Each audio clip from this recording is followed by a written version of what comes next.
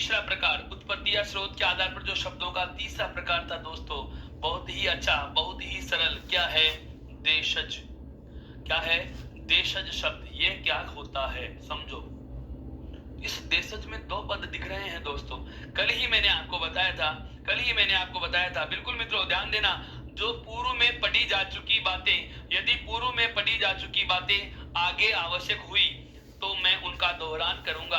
अपनी कक्षा का यही तो रूल है कि यदि पूर्व में पढ़ा दी गई बात आगे आवश्यक हो गई तो हम उसका दोहरान करते हैं, और यदि आगे पढ़ाई जाने वाली बात का हमें संकेत मिलता है तो उस क्लू का मैं बिल्कुल उस बिंदु का आपको जरा सा हिंट देकर के आपके दिमाग में एक उसका आइकन बना देता हूं कि इसकी चर्चा हम आगे आने वाली कक्षाओं में करेंगे दोस्तों। तो अभी यहाँ पर हमें एक बात पता चल चुकी है, क्या? कि ये देशज में जो जुड़ा हुआ है, क्या देखो इसमें दो पद हैं, एक तो है देश और एक क्या जुड़ा हुआ है? जय। जय यहाँ प्रत्यय के रूप में जुड़ रहा है दोस्तों, लेकिन जो जय प्रत्यय के रूप में जुड़ता है तो ये जय अर्थ देता है जन्म लेने वाले। अर्थ किसका देता है? जन्म लेने वाले का अर्थ देता है। किसका अर्थ देता है? जन्म लेने वाले का अर्थ देता है। जरा ध्यान से सुनना दोस्तों, मैंने क्या कहा? यदि शब्द में आपके साथ देश के साथ में क्या प्रत्यय जुड़ा हुआ है? जय प्रत्यय जुड़ा हुआ है, या किसी भी शब्द के साथ जय प्रत्यय जुड़ा हुआ है तो इस जय का मतलब होता है जन्म लेने वाला। क्या होता है? जन्म लेने वाला या जन्म लेने वाले। इस बात का हमें ध्यान रखना है। हमारे यहाँ भी जय प्रत्यय जुड़ा हुआ है। देश का मतलब होता है हमारा क्षेत्र।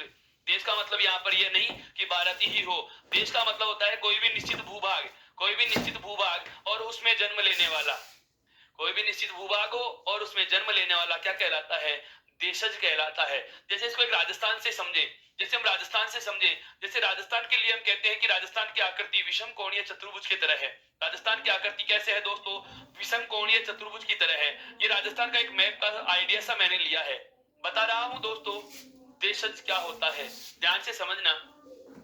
इस राजस्थान के भूभाग में हम बात करें तो यह जो जयपुर जिले का एरिया है, जयपुर जिले का जो एरिया है इसमें ढूंढाड़ी भाषा होती है। कौन सी भाषा का क्षेत्र माना जाता है? ढूंढाड़ी भाषा का क्षेत्र माना जाता है। इसके थोड़ा सा ऊपर हम बात करें, जैसे चूरू, सीकर, शेखावाटी वाले जो बिल्कुल जो जिले हैं वहां पर हम बात करते हैं क्या? शेखावाटी भाषा का बाहुल्य है। कौन सी भाषा का बाहुल्य है दोस्तों? शेखावाटी भाषा का बाहुल्य है। इधर थोड़ा सा और है, यहाँ पर जो कोटा, बूंदी, बारा और झालावाड़ वाला क्षेत्र है दोस्तों, वहां कौन सी भाषा का बाहुल्य है? हाड़ौती भाषा का बाहुल्य है। कौन सी भाषा प्रयुक्त की जाती है दोस्तों? हाड़ौती भाषा प्रयुक्त की जाती है। हम बात करें अलवर, भरतपुर, धौलपुर और करौली,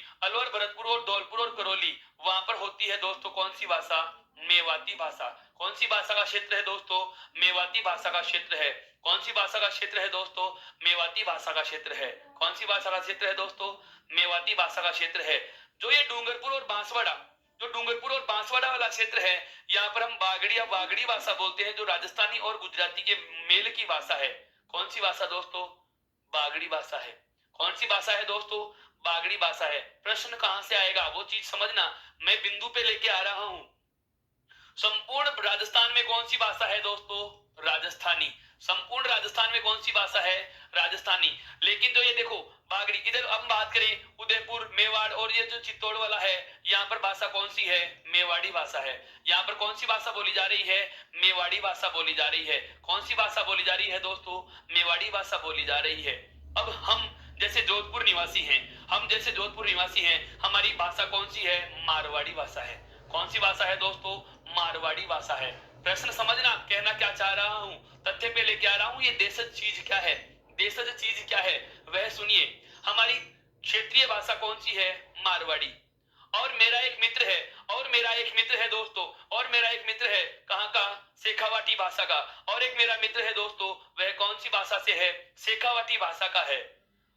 एक बार इत्तेफाक से हम क्या करते हैं? मिल जाते हैं। और मिलते ही वह अपनी क्षेत्रीय भाषा में बात करने लगा और मैं मेरी क्षेत्रीय भाषा में बात करने लगा। लेकिन दोस्तों हुआ क्या? हमारा संप्रेषण मजबूत नहीं हो पाया। क्यों? क्योंकि मुझे शेखावाटी का पूरा ज्ञान नहीं है और मेरे मित्र को मारवाड़ी भाषा का पूरा ज्ञान नहीं है। तो फिर हम क्या करते हैं, विचारों का आदान प्रदान करना तो चाहते हैं, बिल्कुल हमारे एक दूसरे के अनुभवों की साझेदारी करना चाहते हैं, हमारी समझ का स्थानांतरण करना तो चाहते हैं, लेकिन भाषा समझ में नहीं आती, इसलिए हम दोनों ने एक मध्यम भाषा को चुना, ऐसी भाषा चुनी जो दोनों के समझ में आए, और हमने क्या कहा कि हिंदी में बात करते हैं, हिंदी चुन लेते हैं। अब ध्यान देना दोस्तों, आपने कभी महसूस किया हो क्या कि जो मारवाड़ी भाषा वाला व्यक्ति है वो है, और जो शेखावाटी भाषा वाला व्यक्ति है वह है। जरूरी नहीं है इन दो का नाम ले रहा हूं तो ये दो ही हो, चाहे कोई सा भी हो, चाहे मेवाती भाषा का कोई व्यक्ति हो, चाहे मेवाड़ी भाषा का कोई व्यक्ति हो, चाहे बागड़ी भाषा का कोई व्यक्ति हो, जो व्यक्ति जिस क्षेत्र से संबंध रखता है उसकी भाषा में उसकी बोली का लहजा होता है। उसकी बोली का क्या होता है दोस्तों, लहजा होता है। अर्थात अंग्रेजी में एक शब्द सुना होगा स्लैंग, स्लैंग होता है, स्लैंग, अर्थात उसकी जो क्षेत्रीय भाषा होती है उसका प्रभाव उस व्यक्ति की भाषा पर आता ही आता है, या बोलते बोलते वह अपनी कोई न कोई क्षेत्रीय भाषा का शब्द अपनी हिंदी भाषा में बोल ही जाएगा। अब सुनना देशज की परिभाषा क्या होगी दोस्तों। बहुत मजा आ रहा है इस सेशन में, बहुत ही ज्यादा मजा आ रहा है। आप आराम से सुनिए, आप आराम से इस बात को सुनिए, मैं कहना क्या चाह रहा हूं। क्या देशज भाषा क्या होती है, देशज शब्द क्या होते हैं, तो सुनिए। जो हमने मारवाड़ी और शेखावाटी के स्थान पर हिंदी भाषा का चयन किया था वार्तालाप करने के लिए, लेकिन मेरी हिंदी में कुछ शब्द मैंने क्या बोल दिए, मारवाड़ी के, और मेरे मित्र ने भी उसकी हिंदी भाषा में कौन से शब्दों का मिक्सअप कर दिया दोस्तों, शेखावाटी भाषा के शब्दों का मिक्सअप कर दिया। जैसे ही एक दूसरे के विचारों का संप्रेषण आरंभ होता है, समझ की साझेदारी आरंभ होती है, बिल्कुल एक दूसरे के विचारों का स्थानांतरण होता है, तो हिंदी भाषा में विचार आदान प्रदान तो किए जा रहे थे, लेकिन हिंदी भाषा में कुछ शब्द ऐसे थे जो क्षेत्रीय भाषाओं के भी बोले जा रहे थे। वो क्यों बोले गए, उस क्षेत्रीय प्रभाव के कारण। क्यों बोले दोस्तों, क्षेत्रीय प्रभाव के कारण। क्यों बोले दोस्तों, क्षेत्रीय प्रभाव के कारण। अब क्षेत्रीय प्रभाव के कारण हम क्या करते हैं, हिंदी भाषा में अन्य भाषा के शब्दों का प्रयोग कर रहे हैं। क्षेत्रीय प्रभाव के कारण क्या कर रहे हैं दोस्तों, हिंदी भाषा में अन्य भाषा के शब्दों का हम प्रयोग कर रहे हैं। अर्थात मेरे कहने का आशय यह हुआ कि क्षेत्रीय भाषा के वे शब्द, ध्यान से समझना आप, कि क्षेत्रीय भाषा के ऐसे शब्द जो उस आंचलिकता की वजह से या उस क्षेत्रीय प्रभाव के कारण हिंदी में प्रयुक्त होने लगे। क्षेत्रीय भाषाओं के या आंचलिक भाषाओं के या किसी एक संकुचित भूभाग में बोली जाने वाली किसी भी भाषा का ऐसा कोई भी शब्द जो उस आंचलिकता के प्रभाव के कारण हिंदी में प्रयुक्त होने लगा, तो वह शब्द क्या कहलाता है दोस्तों, देशज कहलाता है। बहुत खूबसूरत तरीके से ये चीज हमारे समझ में आ गई कि ये देशज शब्द हमारे हिंदी में क्यों आए। हमें कारण भी तो पता होना चाहिए। जैसे हमने जाना कि तत्सम शब्द हिंदी में क्यों आए, क्योंकि हिंदी भाषा परिवर्तित भाषा है। बिल्कुल, हिंदी भाषा क्या है, परिवर्तित भाषा है, अन्य भाषाओं से बनी है, तो अन्य भाषाओं के शब्द उसमें घुस गए, अर्थात संस्कृत का बदला हुआ रूप हिंदी है तो संस्कृत के शब्द आ गए, वो रूप सब सरल हो गया, वह रूप सरल हो गया, तो कौन सी भाषा बन गई, तद्भव, अर्थात शब्द क्या बन गए, तद्भव। अब मैंने क्या कहा कि जो क्षेत्रीय भाषाएं हैं उन क्षेत्रीय भाषाओं के शब्द इस क्षेत्रीय प्रभाव के कारण हिंदी में प्रयुक्त होने लगे, तो इन शब्दों का नाम क्या दे दिया हमने, देशज नाम दे दिया। तो इस देशज शब्द की एक व्यवस्थित परिभाषा अगर हमें पूछी जाए कि देशज शब्द कहेंगे किसे, तो देशज शब्द कहेंगे किसे, तो एक व्यवस्थित परिभाषा बता रहा हूं दोस्तों। व्यवस्थित परिभाषा यदि हमें लिखनी हो तो ध्यान देना, शब्द से परिभाषा की मैं बात करता हूं। क्या क्षेत्रीय भाषाओं के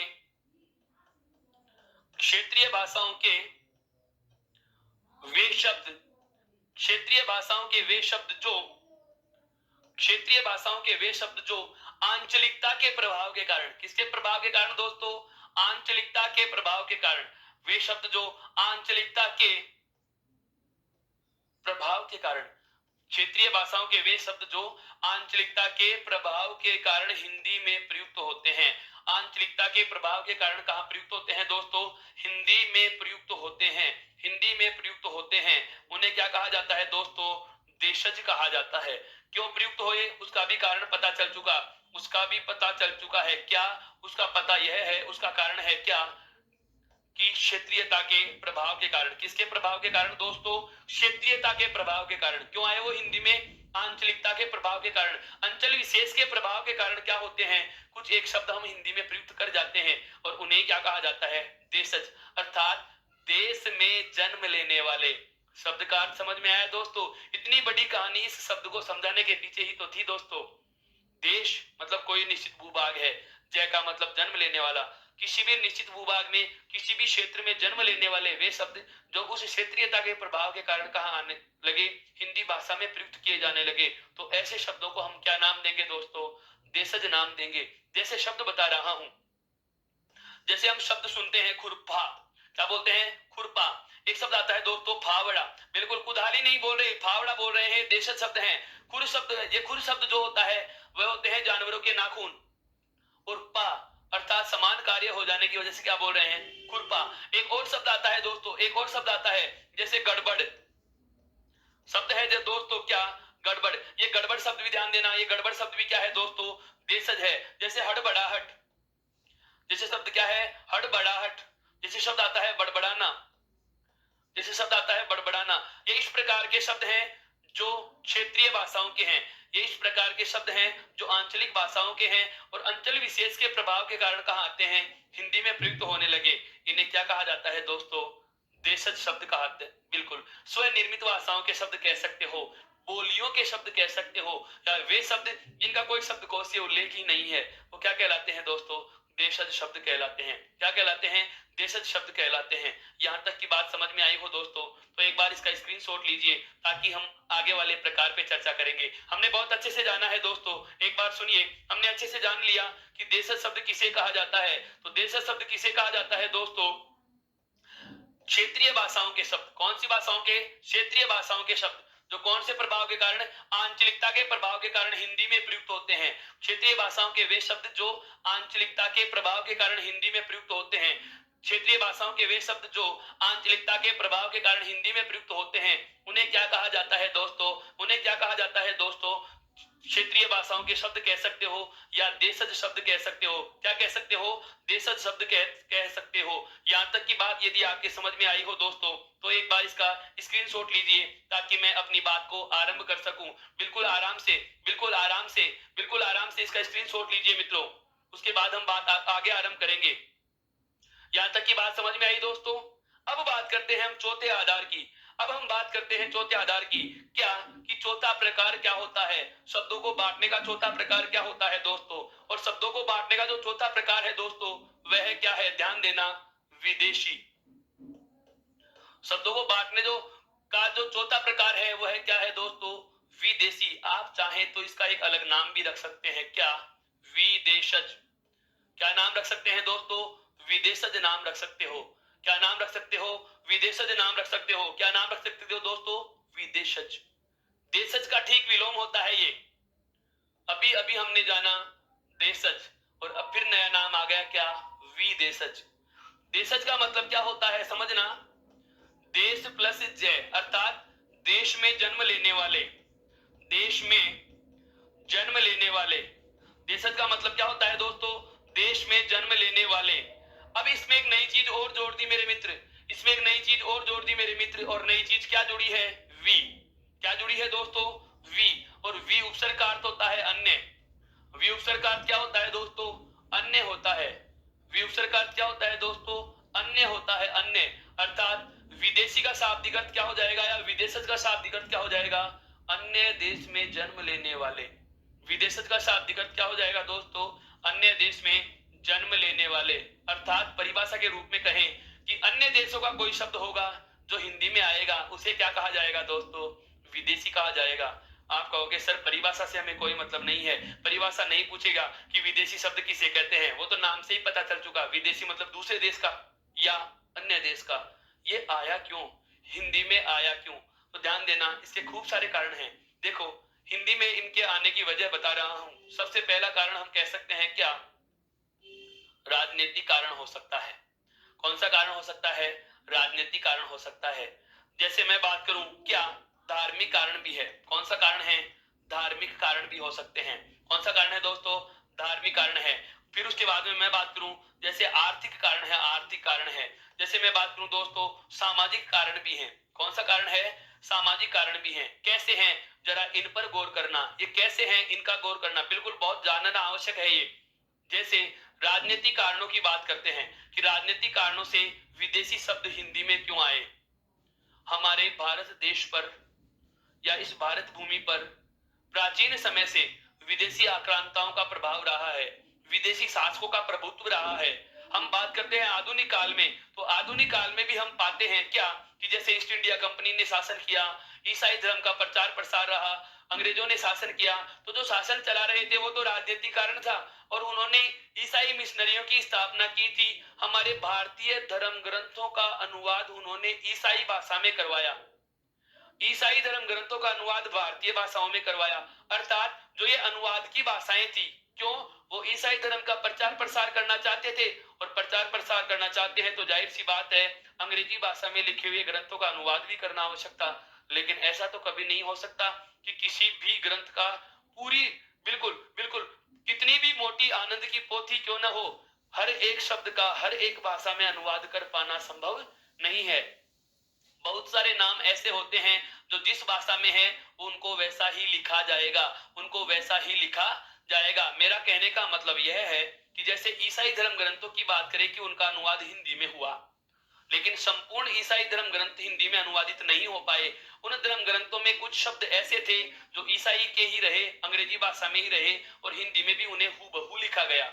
हम बात करते हैं, आज अनेक राजनीतिक प्रतिनिधियों की विदेश यात्राएं होती हैं, राजनीतिक प्रतिनिधि या जनप्रतिनिधियों की विदेश यात्राएं होती हैं, जिनमें आप पीएम को ले सकते हो, जिनमें आप सीएम को ले सकते हो, या अन्य किसी पदाधिकारी की क्या होती है, विदेश यात्राएं होती हैं। तो विदेश यात्रा पर जो पदाधिकारी जाके वापस आता है, तो जो उनके साथ द्विभाषीय होते हैं जिन्हें हम अनुवादक कहते हैं, तो वह जो द्विभाषीय होता है जिस क्षेत्र में जाएगा वहां की भाषा से परिचित होके आएगा, और जिस भाषा से वह परिचित होके आ रहा है वह कौन से कारणों में गिना जा रहा है?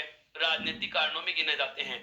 धर्म की बात अभी हमने की है, जैसे ईसाई धर्म ने अपने प्रचार प्रसार के लिए, हम बात करते हैं उनसे पहले जब मुगलों का आधिपत्य रहा, तो उस समय हम बात करते हैं, बिल्कुल हाँ, उस समय उर्दू का प्रभुत्व बढ़ा, उर्दू भाषा को सहारा प्रदान किया गया, अरबी फारसी भाषाओं का एक दौर आया। इसी प्रकार से हम बात करते हैं आर्थिक कारणों से भी हिंदी भाषा में विदेशी भाषाओं के शब्दों का, बिल्कुल, क्यों? हमारे भारत देश की विदेश नीति की बात करते हैं, बहुत सारे आर्थिक संबंध दूसरे देशों के साथ होते हैं, बहुत सारे देशों के साथ आर्थिक संबंध है, बहुत सारे देशों के साथ व्यापारिक नीतियां होती हैं, तो उस वजह से भी हम क्या करते हैं, विदेशी शब्दों को हिंदी भाषा में बोलने लगे। एक सामाजिक कारण भी होता है दोस्तों, एक पलायन की प्रवृत्ति हो जाती है। बहुत बार आज भी हम किसी व्यवसाय की वजह से, कोई कारोबार की वजह से, कोई भारतीय किसी अन्य देश की कुछ दिनों के लिए नागरिकता ग्रहण कर लेता है, 4 साल 5 वर्ष जितने दिन भी रहा, उसके बाद वह वापस से भारत में आ रहा है, तो वहां की भाषा जो वह समाज सहित या परिवार सहित जहां चला गया था, तो वहां के समाज से, वहां के परिवार से, वहां की संस्कृति से वह परिचित होकर के आ रहा है, और वैसे के वैसे शब्दों का या उनमें से कुछ शब्दों का प्रयोग वह हिंदी में करने लग गया। अर्थात विदेशी भाषाओं के शब्द जो किसी भी कारण से, चाहे वो राजनीतिक कारण रहा हो, चाहे धार्मिक कारण रहा हो, चाहे आर्थिक कारण रहा हो, हिंदी भाषा में प्रयुक्त होने लगे, तो उन शब्दों को हम नाम देंगे कौन सा दोस्तों? विदेशी शब्द। उन शब्दों को नाम क्या देंगे? विदेशी शब्द या विदेशज शब्द। वी का मतलब अन्य, देश का मतलब क्षेत्र में, जय का मतलब जन्म लेने वाले, अर्थात दूसरे देशों में जन्म लेने वाले शब्दों को क्या कहा जाता है दोस्तों? विदेशी कहा जाता है। अब बात आती है सर इसकी वास्तविक परिभाषा कैसे बने, इनकी पहचान कैसे होगी? तो पहले हम इसकी परिभाषा लिखेंगे, उसके बाद उदाहरण के साथ में इसकी पहचान बताऊंगा दोस्तों। कारण का हमें पता चल चुका क्यों आए, कारण का हमें पता चल चुका क्यों आए। अब इसकी परिभाषा बता रहा हूं शब्द से। यदि आपको शब्द से परिभाषा लिखनी पड़े तो क्या लिखोगे? क्या हिंदी व संस्कृत को छोड़कर, क्योंकि हिंदी और संस्कृत तो भारतीय देश की भाषाएं हैं, देश भाषा है ये तो। हिंदी व संस्कृत को छोड़कर, हिंदी व संस्कृत को छोड़कर, क्योंकि जैसे इंडोनेशिया में हिंदी बोली जाती है, आप ये कहते हो सर इंडोनेशिया की भाषा को क्या विदेशी भाषा के शब्द कहेंगे? नहीं, हिंदी भाषा है तो वो तो हिंदी ही रहेगी।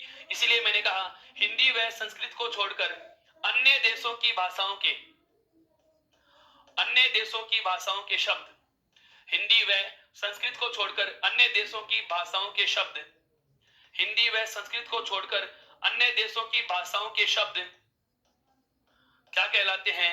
विदेशी कहलाते हैं। क्या कहलाते हैं दोस्तों? विदेशी कहलाते हैं। अर्थात हिंदी और संस्कृत के अलावा जो अन्य दूसरे देशों की भाषाएं हैं उनका कोई भी शब्द होगा वह क्या कहलाएगा? विदेशी कहलाएगा। इसमें आपके अंग्रेजी भाषा के शब्द भी आ सकते हैं, फ्रांसीसी या फ्रेंच भाषा के शब्द भी आ सकते हैं, चीनी भाषा के शब्द भी आ सकते हैं, उर्दू भाषा के शब्द भी आ सकते हैं, अरबी फारसी भाषा के शब्द भी आ सकते हैं। लेकिन हिंदी में बात की जाए तो ज्यादातर प्रचलन जो होता है वह है या तो अंग्रेजी भाषा के शब्दों का, या उर्दू भाषा के शब्दों का, या फिर है अरबी और फारसी भाषा के शब्दों का। या तो अंग्रेजी, उर्दू, अरबी, फारसी और एक आती है चीनी भाषा। इनका हमें ध्यान रखना है। जैसे बात आती है उदाहरण की, जैसे मैंने लिखा डॉक्टर, जैसे मैंने लिखा हॉस्टल, जैसे हम लिखते हैं रेलवे स्टेशन, जैसे मैंने लिखा हॉस्पिटल, जैसे मैं लिखूं अखबार, जैसे मैं लिखूं गजल, गजल नहीं लिख रहा हूं, शब्द लिख रहा हूं दोस्तों, गजल नहीं लिख रहा हूं, गजल शब्द लिखा है मैंने। इस प्रकार के कोई से भी शब्द हो, ये हिंदी में आए क्यों? कारण मैंने बता दिया, राजनीतिक कारण भी हो सकता है, धार्मिक कारण भी हो सकता है, सामाजिक कारण भी हो सकता है, आर्थिक कारण भी हो सकता है, अन्य भी कोई कारण हो सकता है। लेकिन इसके साथ साथ इनको हिंदी में अपना लेने की एक वजह यह भी है, क्या इनको हिंदी में अपना लेने की एक वजह यह भी है दोस्तों, क्या अंग्रेजी भाषा को राजभाषा हिंदी के साथ साथ प्रयोग में लेने का दर्जा प्रदान किया हुआ है। यह वजह भी रही है कि अंग्रेजी भाषा के शब्द प्रचलन में आ गए। कई बार क्या होता है, अंग्रेजी भाषा में कुछ शब्द ऐसे भी हैं जो हिंदी भाषा की तुलना में सरल तरीके से उच्चारित हो जाते हैं दोस्तों। बहुत अलग तथ्य बता रहा हूं, बुक्स में नहीं मिलेंगे ऐसी चीजें। ये बार बार अभ्यास से हम निकाल पाते हैं, बार बार किसी विषय को बहुत अच्छी तरीके से समझ लेते हैं तो हम अपने तथ्य बना लेते हैं उसमें कि इसमें ऐसा भी है और वह नियम काम करता है। मैंने क्या कहा कि वजह जो वास्तविक वजह होती थी परिभाषाओं के अनुसार, उनकी तो मैं चर्चा कर चुका हूं। लेकिन यदि आपसे पूछा जाए कि और कोई वजह क्या रही, तो वजह क्या रही दोस्तों, अंग्रेजी भाषा के शब्दों की जैसे मैं बात करूं तो अंग्रेजी भाषा के शब्द कुछ ऐसे भी हैं जो हिंदी भाषा के शब्दों की तुलना में बोलने और लिखने में आसानी प्रदान करते हैं। जैसे एक तो मुझे बोलना हो चिकित्सक और एक बोलना हो डॉक्टर, तो डॉक्टर बोलने में मेरे को समय भी कम लग रहा है, वर्ण भी कम लिखने पड़ रहे हैं, तो बोलना भी आसान हुआ, लेखन भी आसान हुआ, इसलिए मैंने चिकित्सक की जगह डॉक्टर को वरीयता दे दी। जैसे मेरे को छात्रावास लिखना था, दीर्घ संधि का उदाहरण छात्र प्लस आवास इतना बड़ा लिखना था और मैंने हॉस्टल बोल दिया, जो बोलने भी आसान है, आदत में भी आ चुका है और व्यवहार में भी हम इसका प्रयोग कर रहे हैं और लिखने में भी आसान हुआ। यह वजह भी हो सकती है। जैसे मैं बात करूं रेलवे स्टेशन, जैसे मैं बात करूं दोस्तों रेलवे स्टेशन, अब ये हमारे लिए बोलने में बहुत आसान है रेलवे स्टेशन। अब हिंदी मीनिंग इसका बोलना चाहे तो सामने वाले के 3 बार में तो समझ में नहीं आता। जैसे रेलवे स्टेशन का हिंदी मीनिंग क्या होता है दोस्तों, जरा बताएं। रेलवे स्टेशन को हिंदी में क्या कहा जाता है? ध्यान से सुनना, इसका हिंदी मीनिंग लिख रहा हूं, इसका हिंदी मीनिंग लिख रहा हूं दोस्तों, लोहे पथ, लोहे पथ गामिनी आवत जावत, लोहे पथ गामिनी आवत जावत विश्राम स्थल। अब इतना बड़ा नाम बोलने के लिए समय किसी के पास नहीं है और इतना बड़ा नाम सुनने के लिए भी समय किसी के पास नहीं है।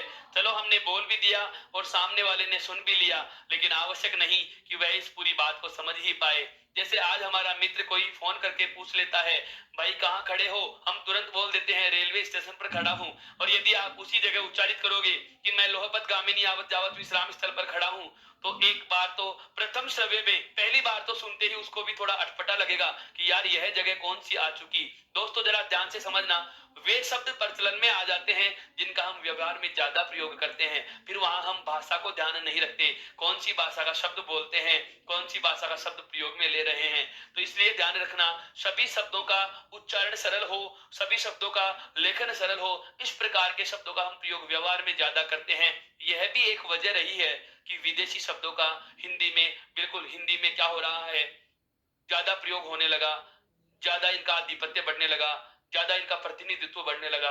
तो वजह आपके सामने आ चुकी है दोस्तों, उदाहरण भी आ चुके हैं और परिभाषा भी मैंने लिख दी। एक बार इस संपूर्ण चर्चा को मैं वापस से दोहरा रहा हूं, क्या विदेशी या विदेशज शब्द क्या होता है? तो ध्यान दीजिए, हिंदी और संस्कृत के अलावा कोई से भी देश की कोई भाषा हो, किसी भी देश की कोई भाषा हो, अन्य देश की कोई भाषा हो, वी मतलब अलग देश की कोई भाषा हो जिसका शब्द हिंदी में प्रयुक्त होता है, जिसका कारण क्या हो सकता है, राजनीतिक कारण भी हो सकता है, सामाजिक आर्थिक धार्मिक कारण भी हो सकता है, या उस शब्द की सरलता भी एक कारण हो सकती है। तो परिभाषा में हमने क्या लिखा, हिंदी व संस्कृत को छोड़कर अन्य देश की भाषाओं के शब्द विदेशी कहलाते हैं। अन्य देशों की भाषाओं के शब्द क्या कहलाते हैं दोस्तों, विदेशी कहलाते हैं। जैसे डॉक्टर है, हॉस्टल है, रेलवे स्टेशन है, हॉस्पिटल है, अखबार है, गजल है। अब बात आती है सर पहचाने कैसे, सर पहचाने कैसे। तो पहली बात तो हमें क्या होता है, अधिकतर व्यवहार में प्रचलित जो विदेशी शब्द हैं उनका पता रहता है, और फिर भी पता नहीं चले, फिर भी पता नहीं चले मेरे दोस्तों, तो तरीका सुनना। एक तो आपको ध्यान रखना है कौन सा, विदेशी स्वर अर्धचंद्र बिंदु। कौन सा, विदेशी स्वर अर्धचंद्र बिंदु, अर्थात अर्धचंद्र बिंदु के प्रयोग से बना शब्द क्या होता है, सदैव विदेशी होगा। क्यों, क्योंकि ये स्वर विदेशी है। जैसे यहाँ पर देखो, डॉक्टर में अर्धचंद्र बिंदु लगा रखा है, हॉस्टल में अर्धचंद्र बिंदु लग रखा है, अर्थात आगत स्वर या मेहमान स्वर के प्रयोग से बने सभी शब्द क्या होते हैं दोस्तों, विदेशी होते हैं। दूसरी बात, आगे दूसरी बात क्या, आपको मैंने विदेशी वर्ण बताए थे, क, ख, ग, ज और फ। यहां ध्यान देना, जैसे गजल और अखबार में भी ये नुक्ता लगा रखा है, गजल में भी लगा रखा है। शब्द आता है जबरन, शब्द क्या आता है दोस्तों, जबरन। तो ध्यान देना, जज्बात इस प्रकार के शब्द हैं जिनमें क्या हो, किसी भी वर्ण के नीचे नुक्ता लगा हुआ आ जाए, अर्थात अरबी या फारसी जिन्हें हम विदेशी वर्ण के रूप में वर्णमाला में पढ़ चुके हैं मित्रों, विदेशी वर्णों के प्रयोग से बना कोई भी शब्द होगा वह निश्चित रूप से विदेशी होगा, वह निश्चित रूप से क्या होगा दोस्तों, विदेशी होगा। दो बातें जान चुके। तीसरी बात, ऐसा कोई भी शब्द, ऐसा कोई भी शब्द जिसका अंग्रेजी उच्चारण ही उसका अर्थ रूप में स्वीकार किया जाता है। कैसे, जैसे एक शब्द आता है BUS और इसका अंग्रेजी उच्चारण लिखते हैं दोस्तों बस, और इसका अर्थ भी क्या लिख देते हैं, बस। इस शब्द का अंग्रेजी शब्द का अंग्रेजी उच्चारण ही इसके अर्थ के रूप में स्वीकार किया गया। यदि किसी शब्द का अंग्रेजी उच्चारण ही उसके अर्थ के रूप में स्वीकार किया जाता है दोस्तों, तो ऐसे शब्दों को भी निश्चित रूप से क्या कहा जाएगा, विदेशी कहा जाएगा। जैसे यहाँ पर देखो, रेलवे को RAILWAY लिखते हैं दोस्तों, क्या लिखते हैं, RAILWAY, अर्थात यह अंग्रेजी उच्चारण ही हम इसके अर्थ के रूप में बोलते हैं दोस्तों। तो यह शब्द भी क्या होंगे, निश्चित रूप से विदेशी होंगे। क्या होंगे दोस्तों, विदेशी होंगे। इन कुछ एक तथ्यों का हमें ध्यान रहे तो हमें जरा सी क्या मिलती है, सहायता मिल जाती है। क्या मिल जाती है दोस्तों, सहायता मिल जाती है कि ये विदेशी शब्द इस प्रकार से पहचाने जा सकेंगे। अब तक हम 4 प्रकार पढ़ चुके हैं। अंतिम प्रकार की बात करना चाहूंगा दोस्तों, उत्पत्ति के आधार पर या स्रोत के आधार पर अंतिम प्रकार के शब्द होते हैं कौन से, संकर। उसकी बात करने से पहले एक बार इसका आप स्क्रीनशॉट लीजिए मित्रों। पांचवा और अंतिम प्रकार है उत्पत्ति या स्रोत के आधार पर शब्दों का अंतिम प्रकार लिख रहा हूं दोस्तों। कौन सा होता है, संकर शब्द। क्या होता है दोस्तों, संकर शब्द। ये संकर क्या चीज है, पहले इसको समझो। ये भगवान शिव वाला संकर नहीं है, बिल्कुल युग्म शब्दों में पूछा गया है। समोच्चारित भिन्नार्थक शब्द, समोच्चारित जो समान तरीके से उच्चारित होते हो, जो समान तरीके से बोले हुए लगे, भिन्नार्थक जिनका अर्थ भिन्न होता है, या मैं कहूं श्रुति सम भिन्नार्थक शब्द जो सुनने में समान लगे लेकिन अर्थ भिन्न होता है, युग्म शब्द जिन्हें कह सकते हैं। दोस्तों ध्यान से समझना, इस प्रकार का प्रश्न पूछा जा चुका है, इस प्रकार का प्रश्न पूछा जा चुका है। संकर संकर शब्द का सही अर्थ समूह होगा, संकर संकर शब्द का सही अर्थ समूह होगा। यह जो संकर है, यह किसका पर्यायवाची है दोस्तों, शिव का पर्यायवाची है। इसका पर्यायवाची है दोस्तों, शिव का पर्यायवाची है। और यह जो संकर होता है, इसका अर्थ होता है मित्रों मिश्रण। क्या होता है दोस्तों, इसका अर्थ मिश्रण होता है। मिश्रण का मतलब मिला हुआ, मिश्रण का मतलब क्या होता है, मिला जुला, जिसमें एक से ज्यादा हो, जिसमें एक से ज्यादा हो, उसे क्या कहते हैं, संकर कहते हैं। इस शब्द का अर्थ समझ में आ चुका है दोस्तों। ये युग्म शब्द में पूछा गया था, एक बार इसका स्क्रीनशॉट ले लीजिए, अच्छी चीज है, फिर से पूछे जा सकती है। परीक्षाओं में पेपरों के पूछे गए प्रश्नों का यदा कदा दोहरान हो जाता है दोस्तों। अब आगे बात करता हूं अपने बिंदु की, अब आगे बात करता हूं क्या कि ये जो संकर शब्द होता है वह क्या है, इस बिंदु को समझेंगे कैसे। हिंदी में सबसे पहले तो शब्द आ गए, जहां से हिंदी आई वहां से, कहां से, संस्कृत भाषा से। दूसरे शब्द थे जो संस्कृत भाषा के थे सरल हो गए। तो जो संस्कृत में से जो हिंदी में आए उनको तो नाम दिया तत्सम, और जो हिंदी में सरल हो गए उनको कह दिया तद्भव। कुछ एक लोकल भाषाओं के, क्षेत्र भाषाओं के, आंचलिक भाषाओं के शब्दों कह दिया देशज, और कुछ एक शब्द आ गए दूसरे देशों से, उन्हें क्या कह दिया दोस्तों, विदेशी। अब कुछ शब्द ऐसे हैं जो क्या होते हैं, दो दो भाषाओं के शब्द जुड़ गए और एक नया ही शब्द बन गया। इस संकर शब्द को अंग्रेजी में हम लिख सकते हैं, समझने के लिए केवल अध्ययन की सरलता हेतु बता रहा हूं दोस्तों। अंग्रेजी में आप इसे इस प्रकार से भी समझ सकते हो। एक शब्द आता है रिमिक्स, एक शब्द आता है दोस्तों रिमिक्स, मिला जुला। जैसे रिमिक्स गाने भी हम सुनते हैं, रिमिक्स गानों में क्या होता है, बोल अलग गाने के होते हैं और धुन अलग गाने की होती है दोस्तों। रिमिक्स का मतलब क्या होता है, जिसमें वास्तविक जो धुन और वास्तविक जो बोल होते हैं उनमें हम क्या करते हैं, अन्य प्रभाव लगा देते हैं। जैसे बोल राजस्थानी गाने के हो और उसमें धुन उसमें किसी फिल्मी गाने की, या हम कहें किसी पश्चिमी धुन पे राजस्थानी गाने के बोल निश्चित किए जाते हैं, उनको व्यवस्थित कर दिया जाता है, और ऐसे बने गानों को हम क्या कह देते हैं, रिमिक्स कह देते हैं। हम बात करते हैं बीज के संदर्भ में, हम बात करते हैं बीज के संदर्भ में। बिल्कुल, रेगिस्तानी भागों में सबसे ज्यादा बोई जाने वाली फसल कौन सी है, बाजरा। कौन सी है दोस्तों, बाजरा। अब इस बाजरे के लिए भी एक आता है कि बाजरे की भी एक किस्म होती है, संकर बीज होता है। कौन सा होता है दोस्तों, संकर बीज होता है। अब ऐसा तो नहीं है कि भगवान ने 8 दाने संकर बाजरे के बिखेर दिए और उनसे आने वाली सभी पीढ़ियों के बीज क्या हो गए, संकर बीज हो गए, ऐसा नहीं हुआ। क्या हुआ, कोई भी देसी बीज रहा होगा, कोई भी देसी बीज रहा होगा, और कृषि वैज्ञानिकों ने रासायनिक तत्वों की सहायता से उस बीज को उपचारित किया। कृषि वैज्ञानिकों ने बिल्कुल रासायनिक तत्वों की सहायता से या रासायनिक उपचारों से उसको उपचारित किया, और उस बीज का आकार बढ़ जाता है, उस बीज की साइज में विस्तार हो जाता है, और उसे इसी तरीके से उसे उपचारित किया गया कि उसका आकार वापस से सिकुड़ता नहीं। अर्थात एक देशी या क्षेत्रीय जो हमारा एक मूल जो दाना था उसका आकार हमने बढ़ा लिया है, रासायनिक तत्वों की सहायता से बढ़ा लिया, केमिकल्स के प्रयोग से हम कह सकते हैं उसको ट्रीट किया गया, उपचारित किया गया, और एक नई पीढ़ी प्राप्त कर ली, एक नया बीज प्राप्त कर लिया, और उसे नाम क्या दे दिया दोस्तों, संकर नाम दिया। इसका मतलब बीज क्या था, देसी, और उसका इलाज कौन सा किया, विदेशी। उसका इलाज कौन सा किया, विदेशी, और जो नया बीज बना उसे नाम क्या दे दिया, संकर। यहाँ पर देखो रिमिक्स जो सॉन्ग थे उसमें आपने क्या किया, बोल तो कौन से थे, दोस्तों, राजस्थानी के, और उसमें आपने धुन कौन सी लगाई, वेस्टर्न गानों की या पश्चिमी गानों की, और नया बना गाना नाम क्या दे दिया दोस्तों, आपने उसको नाम क्या दिया दोस्तों, रिमिक्स नाम दिया। ठीक उसी प्रकार से यह तो केवल इस शब्द को समझने के लिए मैंने संबंधित उदाहरण बताए थे, लेकिन बात आती है अब हिंदी के संदर्भ में, शब्दों के संदर्भ में ये सारा तथ्य कैसे समझ में आए। तो ध्यान दीजिए, दो अलग अलग भाषाएं हों, जैसे एक शब्द लिख रहा हूं, गौर करना, एक शब्द आता है अग्निबोट। शब्द लिखा है मैंने क्या दोस्तों, अग्निबोट लिखा है, अग्निबोट।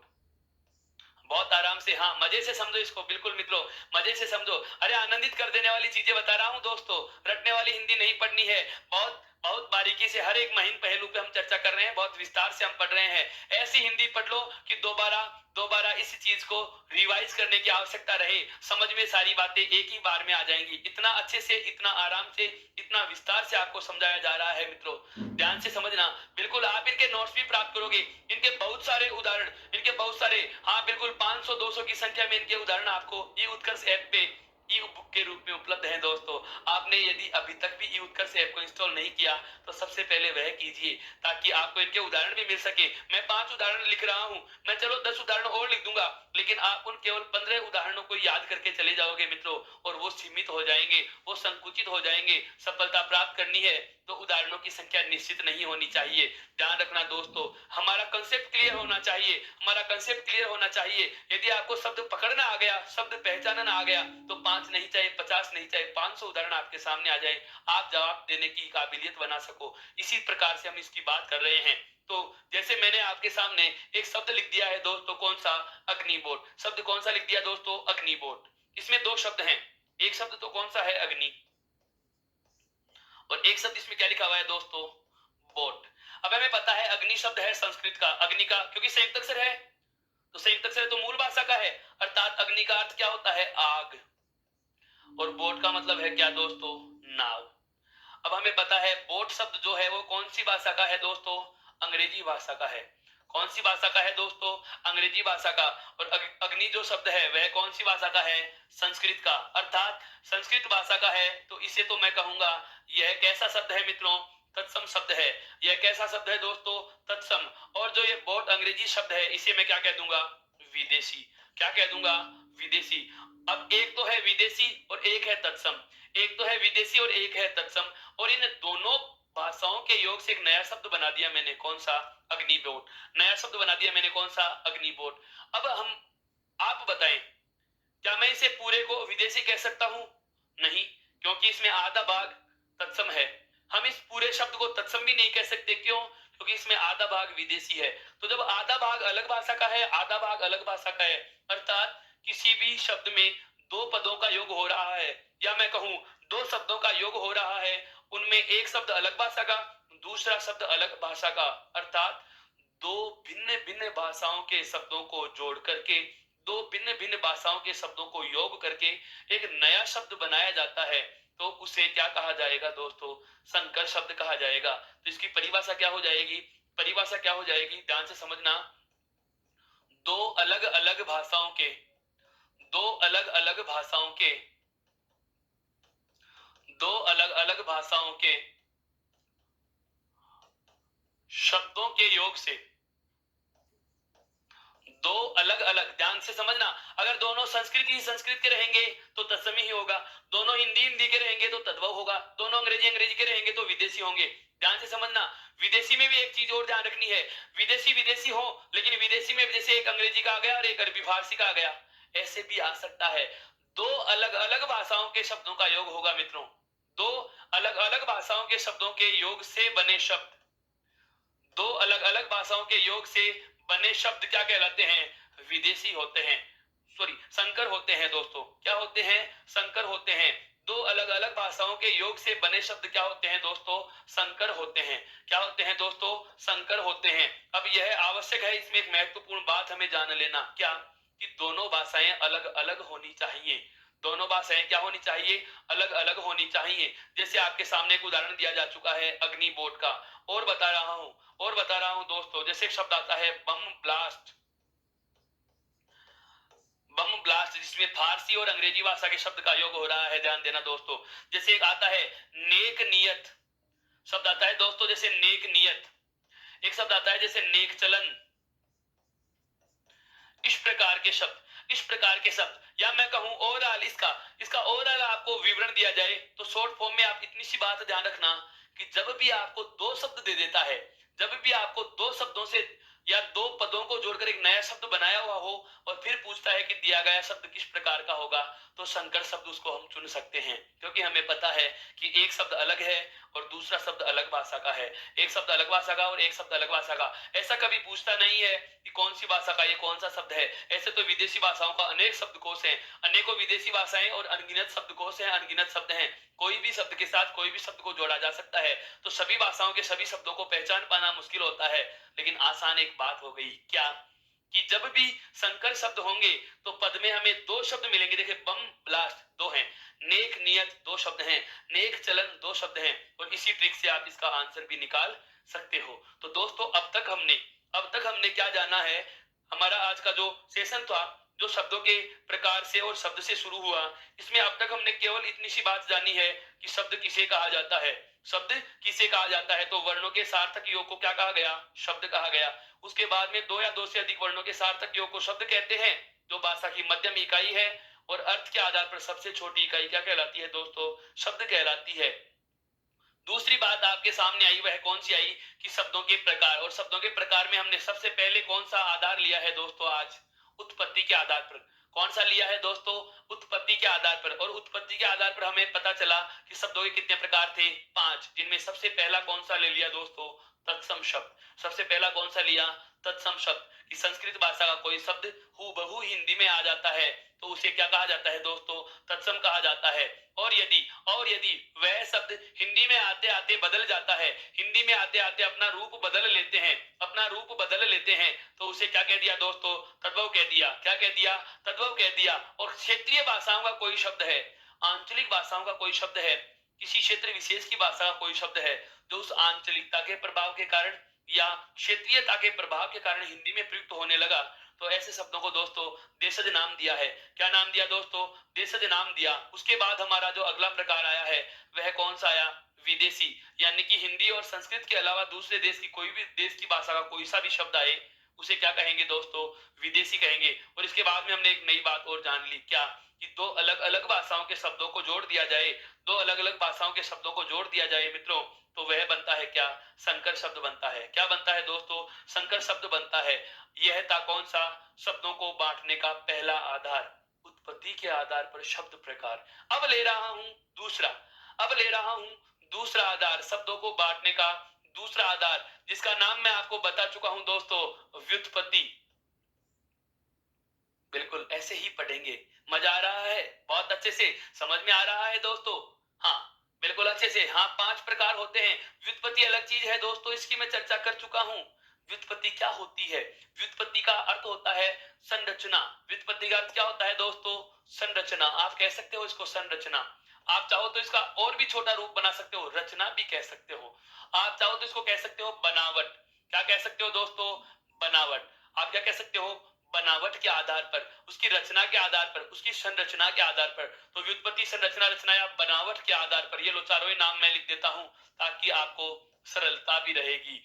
व्युत्पत्ति, संरचना, रचना या बनावट के आधार पर, व्युत्पत्ति, संरचना, रचना या बनावट के आधार पर कितने प्रकार होते हैं दोस्तों, कितने प्रकार होते हैं। अगर आपसे ऐसा प्रश्न पूछा जाए तो इसके प्रकार होंगे केवल और केवल 3।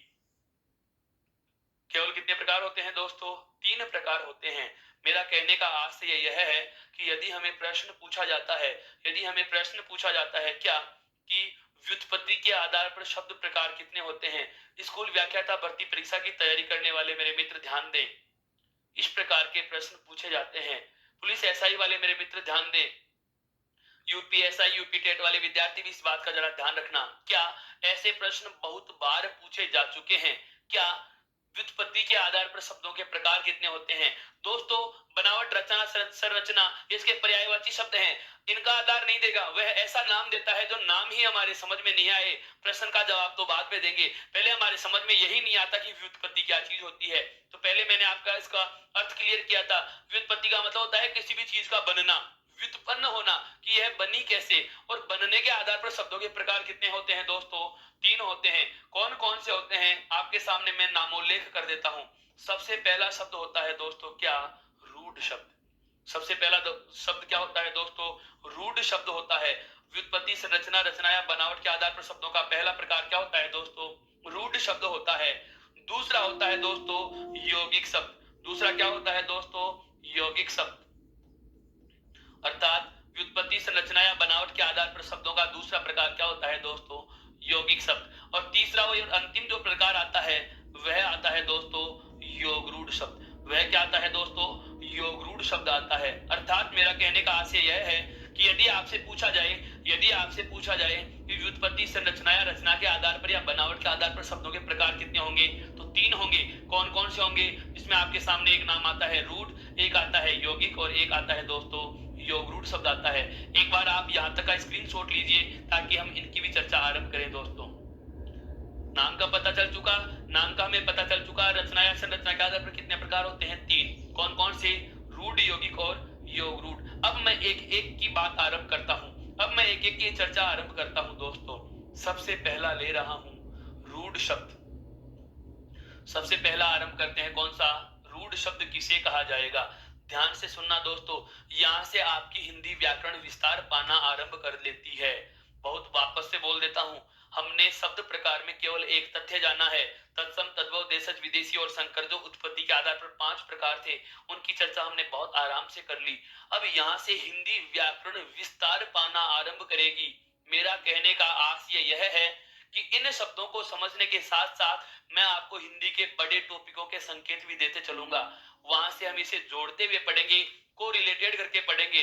अब आप थोड़ी देर के लिए अपनी लेखन की जो शैली है, अपना जो लेखन का कार्य है, उसे जरा विराम दीजिए और केवल मेरे शब्दों पे गौर कीजिए कि मैं कहना क्या चाह रहा हूं, मैं इस बात को पढ़ाने से पूर्व समझाना क्या चाह रहा हूं।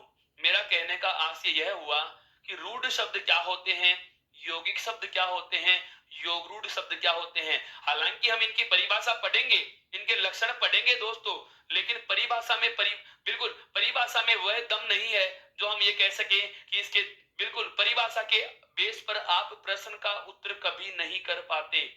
याद रख लेना मेरे मित्रों, परिभाषा के दम पर किसी भी प्रकार के प्रश्न का जवाब नहीं दिया जा सकता।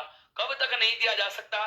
जब तक उस परिभाषा का मूल तथ्य हमें पता नहीं होता है। कोई विद्यार्थी यदि यह सोचे कि रूढ़ शब्द की मैं परिभाषा रट लूंगा और हर प्रकार के प्रश्न का जवाब मेरे पास होगा, तो उसका ऐसा सोच पाना निरर्थक होगा मेरे मित्र। ऐसा न हो, ध्यान से समझिए रूढ़ क्या होता है और रूढ़ शब्द क्या होता है।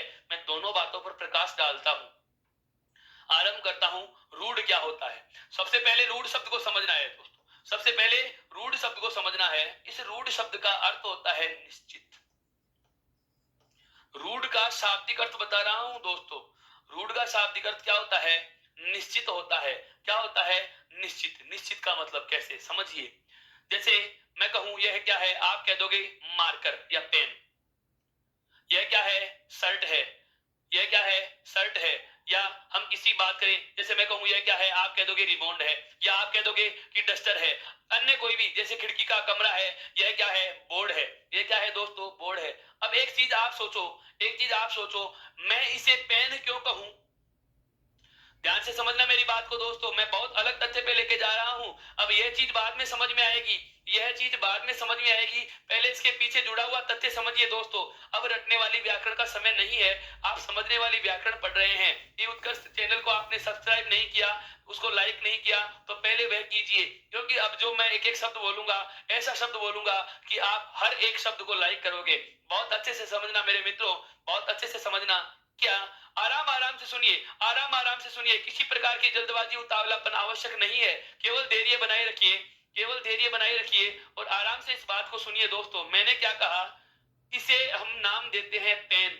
मैं कहूं इसे पेन ही क्यों कहूंगा? मैं तो इसे पुस्तक कहूंगा दोस्तों। ये क्या है? पुस्तक है। आप इसे स्वीकार नहीं करोगे, आप कहोगे सर यह पुस्तक नहीं है। आप कहोगे सर यह पुस्तक नहीं है, यह तो क्या है? पेन है। क्यों ऐसा? क्यों ऐसा? बस ये कारण ही हमें जानना है दोस्तों कि इसे ही पेन क्यों कहा, इसे ही बोर्ड क्यों कहा, इसे ऊपर छत क्यों कहा, इसे दीवार क्यों कहा। इसकी वजह क्या है दोस्तों? वजह है क्या कि पेन शब्द इस चीज के लिए निश्चित हो चुका है। पेन शब्द इस चीज के लिए क्या हो चुका है? निश्चित हो चुका है, अर्थात रूढ़ हो चुका है। क्या हो चुका है दोस्तों? रूढ़ हो चुका है। यहां तक की बात समझ में आ गई कि रूढ़ का मतलब क्या होता है। रूढ़ का मतलब होता है दोस्तों निश्चित कर देना। रूढ़ का मतलब क्या होता है? निश्चित कर देना। हमारे परिवार में 10 सदस्य हैं, हमारे परिवार में 5 सदस्य हैं, या हम कहें हम 2 भाई हैं। तो अब ध्यान से समझना, हमारा नाम जैसे किसी भी उदाहरण के ले लें, जैसे मोहन और सोहन 2 भाई हैं। आप उन दोनों भाइयों को कभी ऐसा किया करना कि मोहन को सोहन कह दो, कभी ऐसा करो कि सोहन को मोहन कह दो। ऐसा कर सकते हैं क्या? नहीं। क्यों नहीं कर सकते? क्योंकि मोहन अलग व्यक्ति के लिए निश्चित हो चुका, सोहन अलग व्यक्ति के लिए निश्चित हो चुका। तो हम जो नाम जिसके लिए निश्चित कर देते हैं उसे क्या कहा जाता है दोस्तों? रूढ़ कहा जाता है। अब समझ में आ गया होगा कि रूढ़ का मतलब क्या होता है। रूढ़ का मतलब क्या होता है दोस्तों? निश्चित होता है। और निश्चित से मेरा संदर्भ क्या है, यह बात भी आप समझ चुके होंगे। अब बात आती है रूढ़ शब्द क्या होते हैं। अब बात आती है क्या रूढ़ शब्द क्या होते हैं। तो ध्यान से सुनना, एक एक शब्द पे गौर करना दोस्तों। निश्चित अर्थ वाले, रूढ़ का मतलब बता रहा हूं, निश्चित अर्थ वाले वे शब्द, निश्चित अर्थ वाले वे शब्द जिन्हें तोड़ा नहीं जा सकता, जिन्हें तोड़ा नहीं जा सकता, अर्थात जिनका विच्छेद नहीं कर सकते। निश्चित अर्थ वाले वे शब्द जिनका विच्छेद नहीं किया जा सकता। विच्छेद वाले शब्द होंगे तो वे रूढ़ में नहीं होंगे। विच्छेद शब्द नहीं होगा, विच्छेद शब्द नहीं होगा तो उसे रूढ़ कहा जाएगा। अर्थात मेरा कहने का आशय यह है कि जो रूढ़ शब्द होते हैं उनमें दो गुण हमें मिलेंगे, जो रूढ़ शब्द होते हैं उनमें दो विशेषताएं मिलेंगी। पहली विशेषता जो हमें मिलेगी, क्या इनका अर्थ क्या होता है, निश्चित अर्थ होता है। इनका अर्थ क्या होता है दोस्तों, निश्चित होता है। और दूसरी बात जो हमें ध्यान रखने की है वह क्या है दोस्तों, इनका विच्छेद नहीं होता, इनका विच्छेद नहीं होता। विच्छेद का मतलब समझो कैसे, इनका विच्छेद नहीं होता। विच्छेद का मतलब क्या है, यह कहानी जानना आवश्यक है। विच्छेद कैसे नहीं होता, हिंदी भाषा में हिंदी भाषा में शब्द संगठना की 4 इकाइयां होती हैं। हिंदी भाषा में शब्द संगठना की कितनी इकाइयां होती हैं, 4। शब्द संगठना क्या होती है दोस्तों, पहला सवाल यही हो जाता है। बिल्कुल नए तथ्य सुनने को मिल रहे हैं, हर एक टॉपिक में ऐसी बात आ जाती है जो आपने कभी सुनी ही नहीं है दोस्तों। शब्द संगठना अर्थात शब्द संरचना कह सकते हो उसे। क्या कह सकते हो दोस्तों आप, शब्द संरचना कह सकते हो। संरचना का मतलब तो पता है ना, बनावट, यानी कि शब्दों को बनाना, शब्दों को बनाना। हिंदी में शब्द संरचना की यानी कि शब्द बनाने के 4 तरीके होते हैं। कितने तरीके होते हैं मेरे मित्रों, 4 तरीके होते हैं। कौन कौन से हैं, एक बार मैंने इनका पहले भी जिक्र किया था, यदि आपने ध्यान दिया हो तो। क्या होता है, सबसे पहला तरीका होता है क्या, संधि। अर्थात हम हिंदी में नए शब्द का निर्माण किसके द्वारा कर सकते हैं, संधि के द्वारा कर सकते हैं। हम हिंदी में नए शब्द का निर्माण कैसे कर सकते हैं, संधि के द्वारा कर सकते हैं। हम हिंदी में नए शब्द का निर्माण, ध्यान देना मित्रों, हम हिंदी में नए शब्द का निर्माण समास के द्वारा भी कर सकते हैं दोस्तों। किसके द्वारा कर सकते हैं दोस्तों, समास के द्वारा भी कर सकते हैं। तीसरा तरीका आता है दोस्तों क्या, उपसर्ग के योग से भी हिंदी में नए शब्द बनते हैं। और चौथा तरीका आता है दोस्तों क्या, प्रत्यय। प्रत्यय के योग से भी नए शब्द बनाए जा सकते हैं। अर्थात हिंदी में शब्द संगठना की या शब्द बनाने के 4 तरीके होते हैं, संधि, समास, उपसर्ग और प्रत्यय। अब ध्यान देना, संधि से भी शब्द जोड़ करके नया शब्द बनाया, समास में भी शब्द जोड़ के नया शब्द बनाया, उपसर्ग को भी जोड़ करके नया शब्द बनाया और प्रत्यय भी जोड़ के नया शब्द बनाया। मैंने क्या कहा यहाँ पे, इनका विच्छेद नहीं होता। विच्छेद का मतलब शाब्दिक अर्थ होता है दोस्तों टुकड़ा। विच्छेद का शाब्दिक अर्थ क्या होता है दोस्तों, टुकड़ा। इन शब्दों को तोड़ा नहीं जा सकता। इन शब्दों का न तो संधि विच्छेद होता है, न समास विग्रह होता है, न इनमें से उपसर्ग अलग होगा, न इनमें से प्रत्यय आप अलग निकाल सकते हो। सारी बातें वापस से समझना दोस्तों। रूढ़ शब्द वे शब्द होंगे जिनका अर्थ तो क्या होता है, निश्चित। जिनका अर्थ तो क्या होता है दोस्तों, निश्चित होता है। एक बात, दूसरी बात हमें पता क्या चली, दूसरी बात हमें पता क्या चली कि इनका विच्छेद भी नहीं किया जा सकता। इनका विच्छेद भी नहीं किया जा सकता। ध्यान से सुनना, दोनों बातें रूढ़ शब्द की परिभाषा में आएंगी क्या, कि वे शब्द जिनका अर्थ निश्चित होता है और जिन्हें तोड़ा नहीं जा सकता।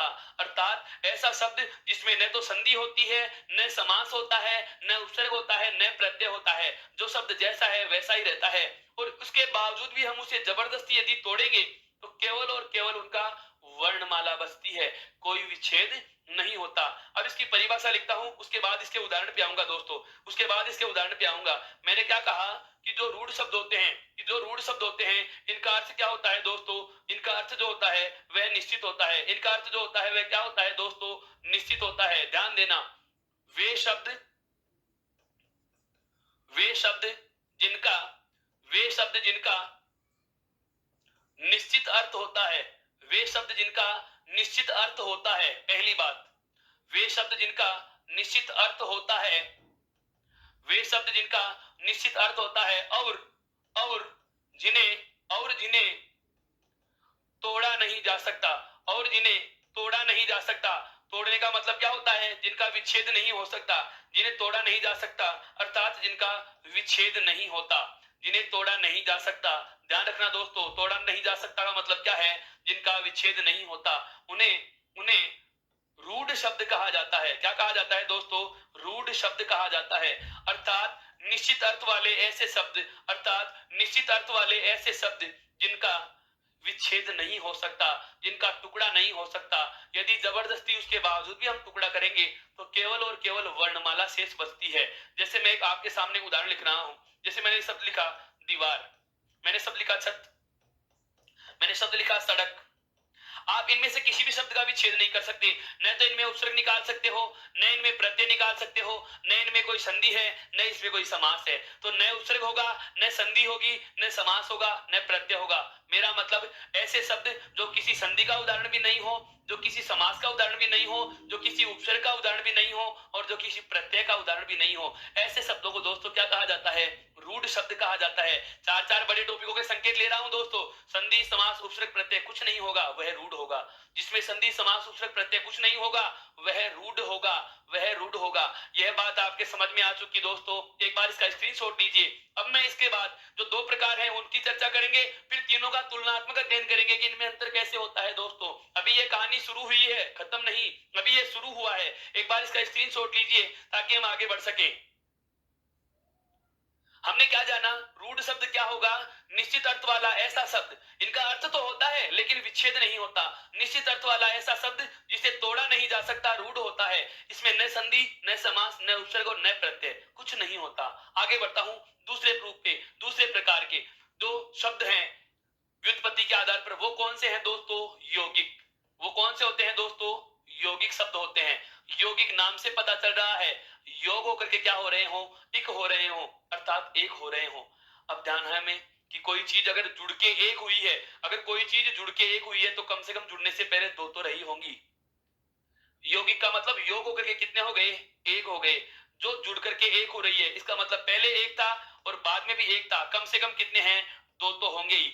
यौगिक रूप यह होगा। अगर जोड़ा नहीं है तो अलग अलग है, और जोड़ दिया तो वो रूप कौन सा होता है? यौगिक रूप होता है। कौन सा होता है? यौगिक रूप होता है। अर्थात ये दो हमारे पास राशियां थी और यह एक राशि हमें प्राप्त हो चुकी है, तो यह राशि इनका यौगिक रूप हो गई, यह राशि इनका यौगिक रूप हो गई। अब इसको शब्द में लेंगे। शब्द में कैसे? कि हमारे पास एक कोई शब्द होगा, हमारे पास दूसरा भी कोई शब्द होगा, इन दोनों शब्दों को जोड़ करके कोई शब्द बनाऊंगा। समझ में आ रहा है दोस्तों मैं क्या कहना चाह रहा हूं?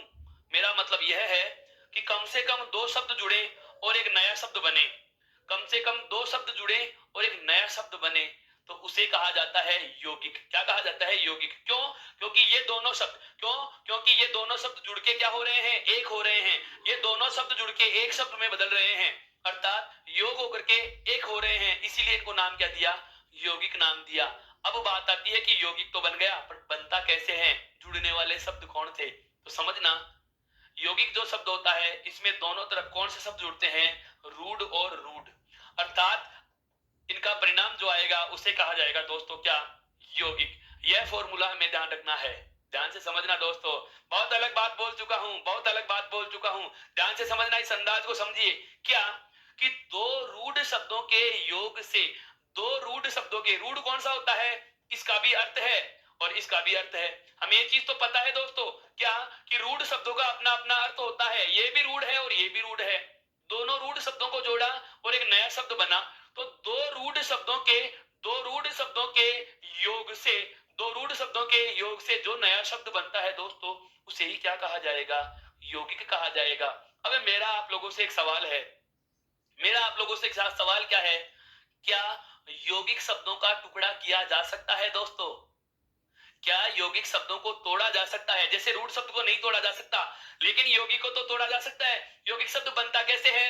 दो रूढ़ शब्दों से। तो जैसे ही तोड़ेंगे दो रूढ़ शब्द वापस से निकल के आएंगे। अर्थात इस संपूर्ण फॉर्मूले को हम इस तरीके से समझ सकते हैं, इस संपूर्ण फॉर्मूले को आप इस तरीके से समझ सकते हो। मैंने क्या कहा? कि एक रूढ़ शब्द हो और उसके साथ में एक रूढ़ शब्द हो।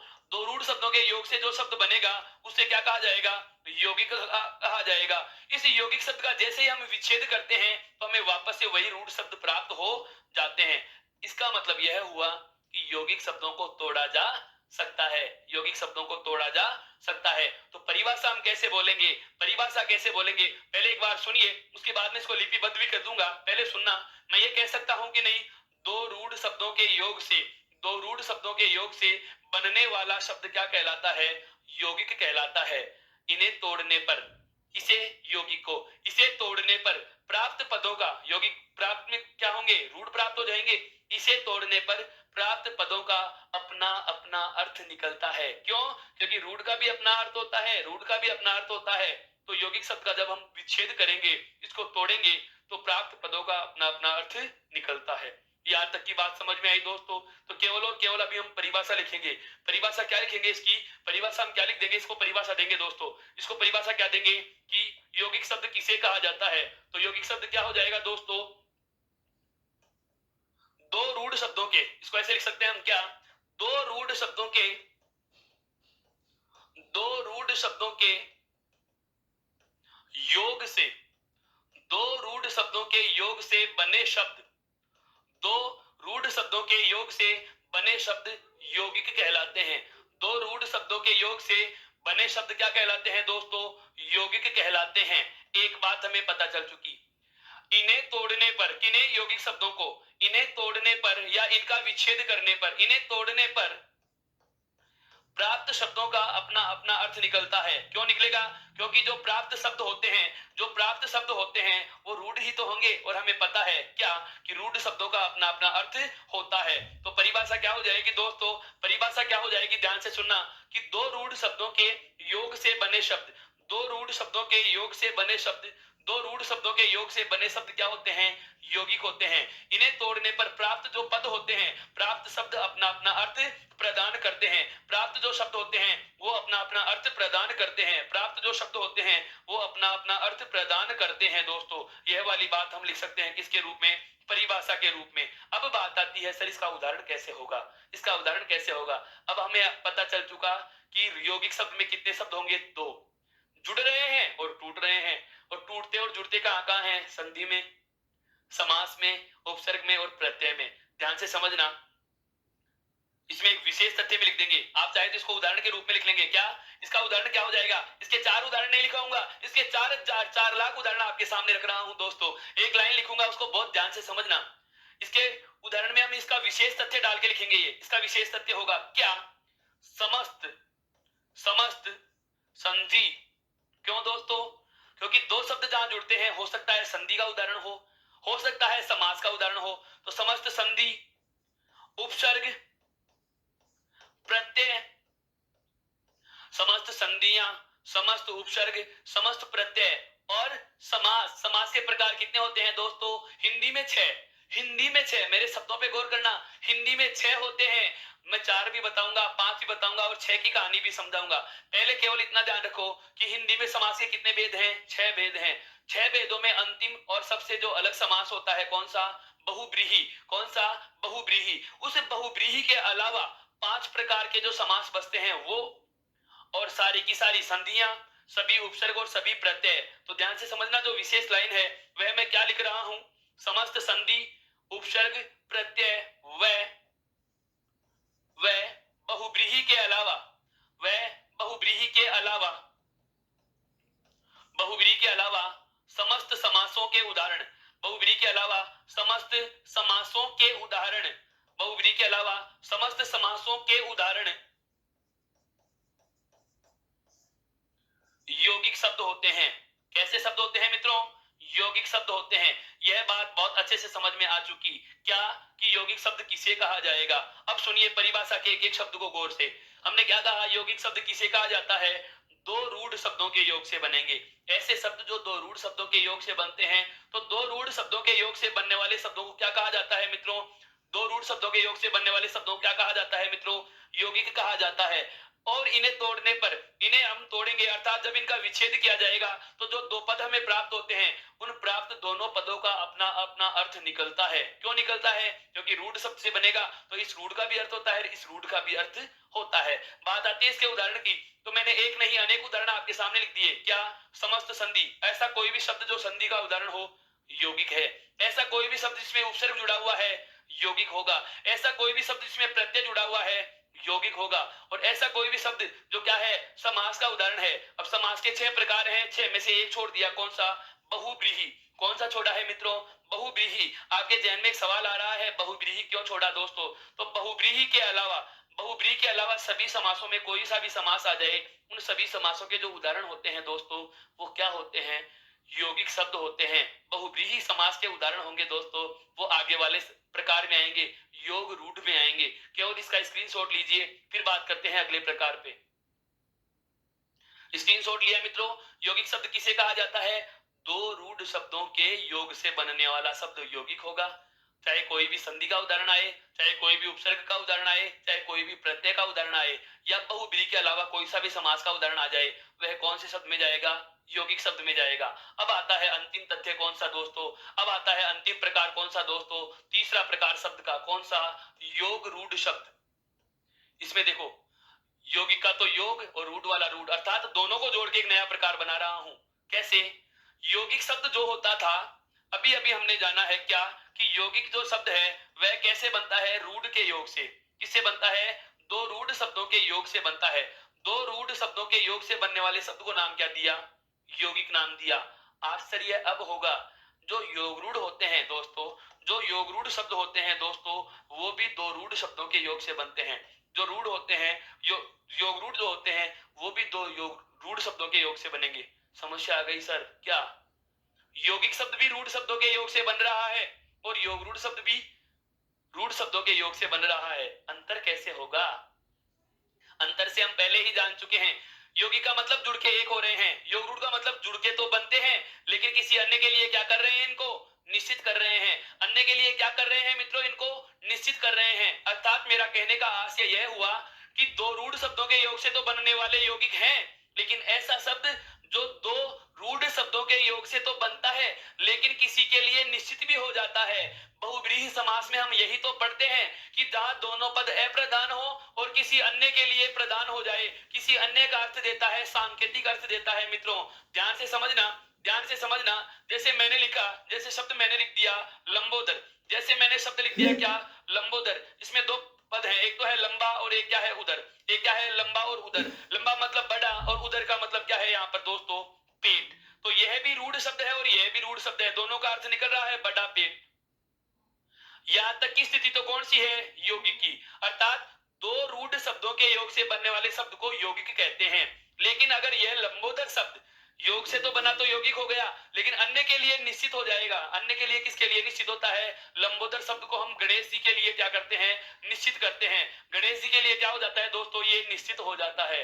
मेरा कहने का आशय यह हुआ कि योग रूढ़ शब्द भी यौगिक शब्दों की तरह ही बनते हैं, योग रूढ़ शब्द भी यौगिक शब्दों की तरह ही बनते हैं, लेकिन इनका अपना एक अन्य अर्थ और निकलता है। लेकिन ये किसी अन्य के लिए क्या होते हैं दोस्तों? निश्चित हो जाते हैं। और यही वजह है क्या इन्हें योग रूढ़ शब्द कहा जाता है। बहुब्रीहि समास, बहुब्रीहि समास में हम यही तो पढ़ते हैं क्या कि जहां पर प्रथम पद और द्वितीय पद अर्थात दोनों ही पद अप्रधान हो और अन्य अर्थ की प्रधानता होती है। लंबोदर में वास्तव में पहला पद क्या है? बड़ा, और दूसरा पद क्या है? पेट। दोनों पद ही कोई महत्व नहीं रखते। इस लंबोदर का महत्व किससे निकलता है? गणेश जी शब्द से निकलता है। इसका मतलब यह हुआ कि जिस समास में दोनों पद अप्रधान हो और अन्य अर्थ की सांकेतिक अर्थ की प्रधानता होती है, वहां कौन सा होता है दोस्तों? बहुब्रीहि समास होता है। वही बात यहाँ लागू हो जाएगी क्या कि जो दो रूढ़ शब्दों के योग से तो बनते हो लेकिन इनका कोई अन्य अर्थ और निकलता है, ऐसे शब्दों को योग रूढ़ शब्द कहा जाता है। अर्थात बहुब्रीहि समास के समस्त उदाहरण, बहुब्रीहि समास के समस्त उदाहरण किस में चले जाएंगे दोस्तों? योग रूढ़ शब्द में चले जाएंगे। तो इसकी परिभाषा और इसके उदाहरण दोनों की एक साथ चर्चा करते हुए मैं क्या लिखूंगा, ध्यान से सुनना दोस्तों। देखिए, योग रूढ़ शब्द की बात करते हैं। योग रूढ़ शब्द किसे कहा जाएगा? योग रूढ़ शब्द में क्या लिखेंगे? इनका निर्माण भी यौगिक शब्दों की तरह ही होता है। इनका निर्माण भी यौगिक शब्द की तरह ही होता है। यौगिक शब्द की तरह ही होता है। यौगिक शब्द की तरह ही होता है। कैसे होता है यौगिक शब्द की तरह? दो रूढ़ शब्द के योग से, दो रूढ़ शब्दों के योग से। अब समझ में आ गया कैसे होता है? दो रूढ़ शब्दों के योग से। यहां तक तो यौगिक और योग रूढ़ में कोई अंतर नहीं है। यहां तक तो यौगिक और योग रूढ़ में कोई अंतर नहीं है। अंतर अब होगा, लेकिन मेरे दोस्तों इनका अपना, लेकिन इनका अन्य अर्थ और निकलता है। लेकिन इनका अन्य अर्थ भी निकलता है। इनका अन्य अर्थ भी निकलता है। जिसे आप कौन सा अर्थ कह सकते हो दोस्तों? सांकेतिक अर्थ कहते हैं। जिसको हम क्या कहते हैं दोस्तों? सांकेतिक अर्थ कहते हैं। यानी कि जो योग से तो बनते हैं लेकिन किसी और के लिए निश्चित हो जाते हैं, इसीलिए कहते हैं योग रूढ़ शब्द, इसीलिए क्या कहते हैं दोस्तों, योग रूढ़ शब्द कहते हैं। अब इसमें भी बात आ जाती है कि उदाहरण कैसे पहचाने, तो इसके उदाहरण के रूप में हम विशेष तथ्य जो लिखने वाले हैं, वह विशेष क्या लिखने वाले हैं दोस्तों, हमने अभी अभी क्या छोड़ा है, ध्यान देना। समस्त संधि, उपसर्ग और प्रत्यय और बहुब्रीहि के अलावा सारे समास तो यहाँ आ गए, केवल एक चीज बची हुई है दोस्तों, और वह एक चीज क्या बची हुई है, बहुब्रीहि समास। क्या बचा हुआ है, बहुब्रीहि समास। तो मैं क्या लिखूंगा कि बहुब्रीहि समास के समस्त उदाहरण, बहुब्रीहि समास के समस्त उदाहरण शब्द क्या होते हैं दोस्तों, योग रूढ़ शब्द होते हैं। समस्त उदाहरण क्या होते हैं दोस्तों, योग रूढ़ शब्द होते हैं। बहुब्रीहि समास के समस्त उदाहरण शब्द योग रूढ़ शब्द होते हैं। यहां तक की बात हमारे समझ में आ चुकी है दोस्तों, तो एक बार इसका भी आप स्क्रीनशॉट लीजिए। क्या पढ़ा है हमने कि इनका निर्माण भी कैसे होगा, यौगिक शब्दों की तरह ही। यौगिक शब्दों की तरह कैसे, दो रूढ़ शब्दों के योग से। कैसे होता है मेरे मित्रों, दो रूढ़ शब्दों के योग से होता है, और दो रूढ़ शब्दों के योग से हो रहा है। लेकिन अंतर क्या हो गया, लेकिन इनका अन्य अर्थ भी निकलता है, अर्थात इनका एक सांकेतिक अर्थ भी निकलता है। यही वजह है कि यौगिक और योग रूढ़ अलग अलग हो गए। अब तीनों का तुलनात्मक दृष्टिकोण से मैं अध्ययन प्रस्तुत कर रहा हूं, सुनना। क्या क्या जाना, तीनों का तुलनात्मक दृष्टिकोण क्या है। रूढ़ शब्द तो ऐसा है जिसमें न संधि, न समास, न उपसर्ग, न प्रत्यय, कुछ नहीं होता, वो तो हो गया रूढ़। बहुव्रीहि समास का कौन से में जाएगा, योग रूढ़ में। ध्यान से सुनना, रूढ़ शब्द में संधि, समास, उपसर्ग, प्रत्यय कुछ नहीं होता है। जो रूढ़ शब्द होता है उसमें संधि, समास, उपसर्ग, प्रत्यय कुछ नहीं होता है दोस्तों। लेकिन योग रूढ़ जो शब्द होता है उसमें केवल कौन सा समास आएगा दोस्तों, बहुव्रीहि समास। कौन सा आएगा दोस्तों, बहुव्रीहि समास। और इसके अलावा चाहे कोई सी भी संधि आए, बहुव्रीहि के अलावा चाहे सभी समासों में कोई भी समास आए, चाहे कोई भी उपसर्ग का उदाहरण हो, चाहे कोई भी प्रत्यय का उदाहरण हो, वह कौन सी में जाएगा, यौगिक में चला जाएगा। किस में चला जाएगा दोस्तों, यौगिक में चला जाएगा। फिर यहाँ से काम की बात और निकल के आती है दोस्तों। वो काम की बात क्या है, कई ऐसे शब्द भी तो होते हैं जिसमें संधि भी होती है और बहुव्रीहि समास भी होता है, जिसमें संधि भी हो और बहुव्रीहि समास भी हो। जैसे लंबोदर शब्द है, लंबा प्लस उदर, वह गुण संधि का उदाहरण भी है दोस्तों, और उसमें गुण संधि का उदाहरण भी है दोस्तों, उसमें बहुव्रीहि समास भी है। अब संधि के नियम से जांचे तो होना चाहिए था यौगिक शब्द, और समास से देखा तो पता लगा कि है कौन सा, योग रूढ़ शब्द। तो ऐसा कोई शब्द जिसमें संधि और समास दोनों नियम लगे। अब ध्यान से सुनना, एक एक शब्द पे गौर करना। वे शब्द जिनमें संधि और समास दोनों नियम लागू होते हैं उन्हें केवल समास के नियम से जांचेंगे दोस्तों। इसके नियम से जांचेंगे दोस्तों, समास के नियम से जांचेंगे। तो अब तक हमने जाना है क्या, उत्पत्ति के आधार पर 5 प्रकार शब्दों के कौन से थे, कैसे कैसे होते हैं। व्युत्पत्ति, संरचना, रचना या बनावट के आधार पर शब्दों के 3 प्रकार कौन से होते हैं, वो भी हमें पता चल चुके हैं दोस्तों। यहाँ तक की बात के बाद अगला जो प्रकार आता है, अगला जो आधार आता है, वह आता है अर्थ के आधार पर शब्दों के प्रकार। कौन सा आता है दोस्तों, अर्थ के आधार पर शब्दों के प्रकार।